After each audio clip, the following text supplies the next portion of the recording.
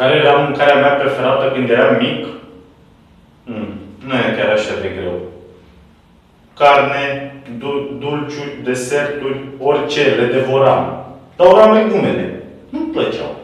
Adică, dacă îmi puneai niște mazăre în farfurie, nope, nu-i pentru mine, nope.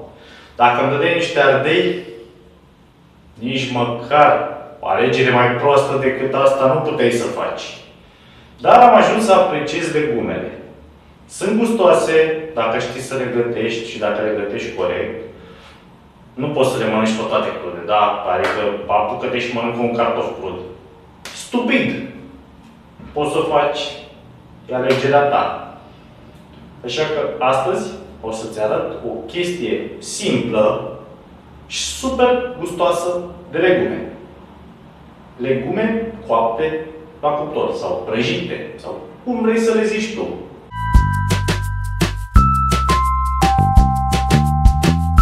Să zic ce-ți trebuie pentru asta.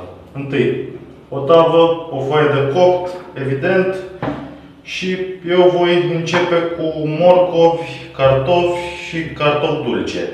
O să le pun întâi pe astea pentru că durează cel mai mult să se facă și restul le voi adăuga treptat. Adică dovlecel, ardei, nu știu ce mai adaug. Voi pune și niște ciuperci spre final. De-aia e ca legumele să fie tăiate cât de cât la fel. Și nu ai o scuză să zici că nu ai timp sau ceva. Da, se fac destul de greu. De asta o să și încep cu rădăcinoasele. Pentru că astea durează cam o oră la foc mediu. Dar în timpul ăla poți să faci ce vrei. Poți să mai, nu știu, îți place să muncești, ești devotat jobului tău, du-te și mai fă ceva. Da? Poți să faci din mod ce vrei tu. Eu cartofilor le las coaja să spălați. Da, morcovul l-am recojit.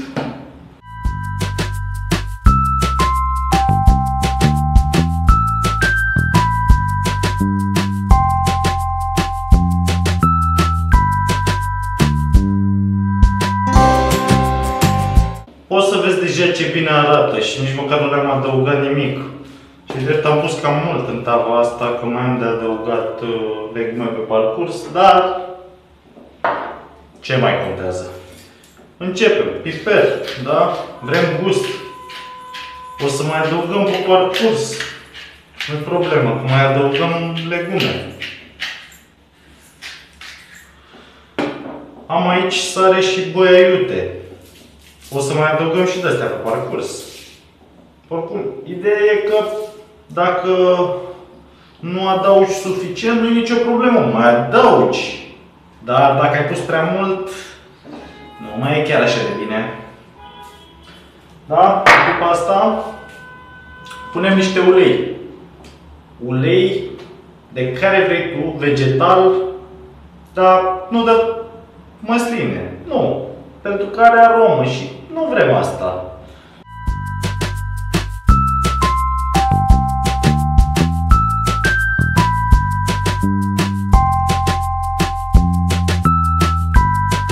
Le-am amestecat. Acum o să le bag la cuptor. O să fie la foc mediu și cam peste jumătate de oră o să adaug și restul legumelor, poate un pic mai încolo. Dai foc mai mare în ultimele câteva minute. Per total ar trebui să-ți ia o oră. Și dacă faci o tavă de genul, o să ai mâncare și pentru a doua zi, o să ai pentru muncă. Nu o să mai ai scuza, n-am avut și trebuie să-mi iau shawarma, trebuie să mă duc să-mi iau, nu știu, un pseudo-burger. Uite ce bine arată după jumătate de oră. Cam atât a trecut de când am băgat la cuptor. Acum am făcut un pic de loc să adaug ciupercile. Am pus cam mulți cartofi, cam mult morcov, dar asta e. O să am și pentru mâine, clar. E multă mâncare aici. Chestia foarte interesantă e că mai trebuie să stea la cuptor, să devină mai crocante și deja miros foarte bine. Trebuie să le adaugi condimente. Oricât ai varia legumele, stai Dovricel de aici, nu mai pleca, că te văd imediat. Oricât ai varia legumele, trebuie să ai și condimente și trebuie să ai și culoare.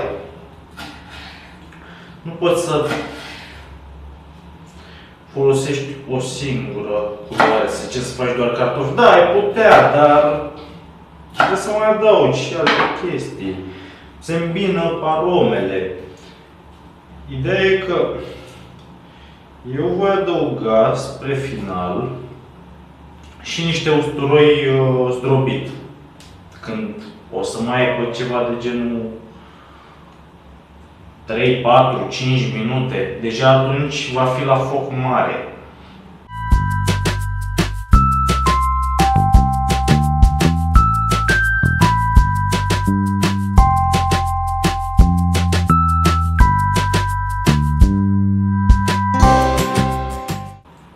Oricum o să iasă super delicios. Îți recomand să încerci asta, nu o să fie ca legumele pe care le faci tu la tavă, unde pui și apă, practic le fierbi, nu ai varietate. Astea o să arate mai bine, o să fie mai gustoase și o să fie crocante. Nu o să fie ceva apropiat de piure. Că dacă le faci la tavă, pui apă sau alt lichid, păi, dacă le-ai zdrobi, obține fix un piure. Așa că, hai să le bag la cuptor.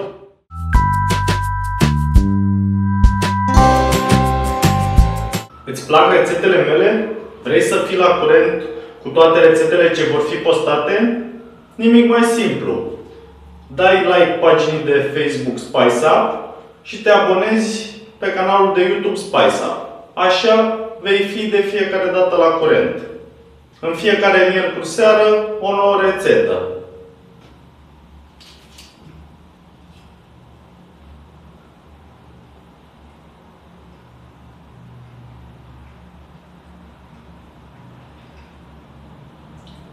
Au ieșit foarte mișto. Să-ți recomand.